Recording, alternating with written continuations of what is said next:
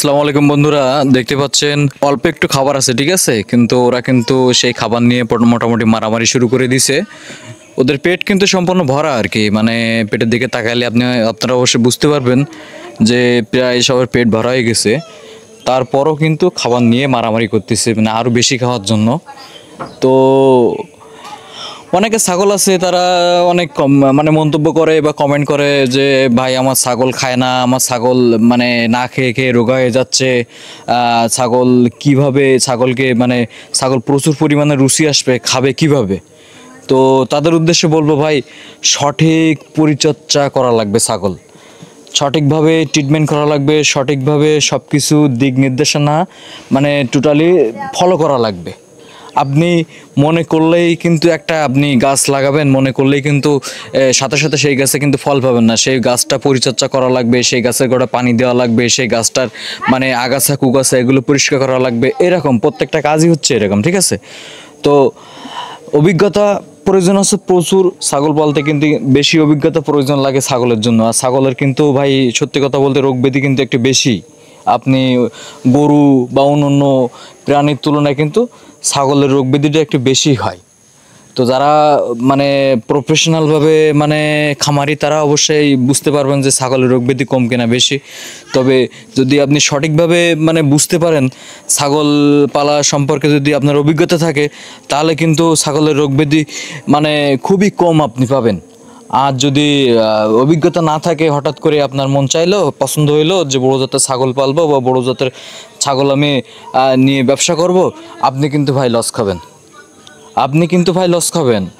আপনার ছাগল বড় জাতের বাংলাদেশের যে জাত আছে, এই জাত ক্রস করে যদি আপনি উন্নত জাত বা বড় জাতের ছাগল বা গরু যে কোনো কিছু আপনার পালতে গেলে, পুষতে গেলে কিন্তু ওই জাত সম্পর্কে আপনার অভিজ্ঞতা থাকা লাগবে, ওই জাত সম্পর্কে আপনার জ্ঞান থাকা লাগবে, ওই জাত সম্পর্কে আপনার আমি মনে করি একটা কোর্স করার দরকার আছে। তা নাহলে বাংলাদেশে কিন্তু অধিকাংশ সব কিছু কিন্তু মানে লসের প্রজেক্টটা বেশি হয়। দেখা যাচ্ছে অনেকের বড় বড় দামি দামি গরু মারা যাচ্ছে, কী রোগে মারা যাচ্ছে এটা তারা মানে বলতেই পারে না। আমি দেখছি অনেক ভিডিওতে দেখছি ভাই, যে একটা খামারে কয়েকটা গরু মরছে, কী রোগে মরছে এটা সে খামারি বলতে পারে না, যে তার গরুগুলো মরছে কী রোগে মরছে এটা জানা না। যদি যে গরু সে পালতেছে ওই গরু সম্পর্কে যদি তার কোনো ধারণা থাকতো, বা ওই গরু সম্পর্কে যদি তার কোনো অভিজ্ঞতা থাকতো, সেই ব্যাপারে যদি তার একটা মানে কোর্স করা থাকতো, যে কোনো কিছু করতে গেলে কিন্তু আপনাকে আগে একটা ক্লাস করা লাগবে। যেরকম লেখাপড়া করতে গেলে আপনার মনে শিখতে হয় আগে। তো আপনি পৃথিবীতে যে কাজ করেন না কেন ভাই, পৃথিবীতে যে কাজ আপনি করেন না কেন, আপনার প্রাথমিক আগে আপনাকে শিখতেই হবে। আর যদি মনে করেন আমি শিখবই না, আমি যা জানি অনেক কিছু জানি, ভাই আপনি 100% থেকে 100% বেশি বলতে পারি, আপনি কখনো কোনো দিন সাকসেস হতে পারবেন না। না না না ভাই, গ্যারান্টি। আপনি পালেন, আপনি বুঝবেন তখন। আপনি না পাইলে আপনি অনেক ধারণা করতে পারেন, অনেক মন্তব্য করতে পারেন, কোনো ব্যাপার হইল ভাই। পৃথিবীতে কোনো কাজ কখনো ছোট না,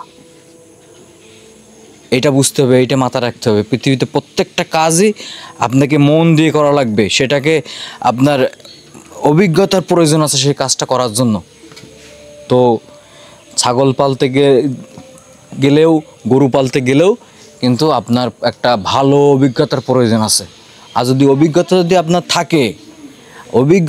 আপনার থাকে, আমি মনে করি আপনি ভাই 100% থেকে 99% লাভবান হওয়ার সম্ভাবনা বেশি।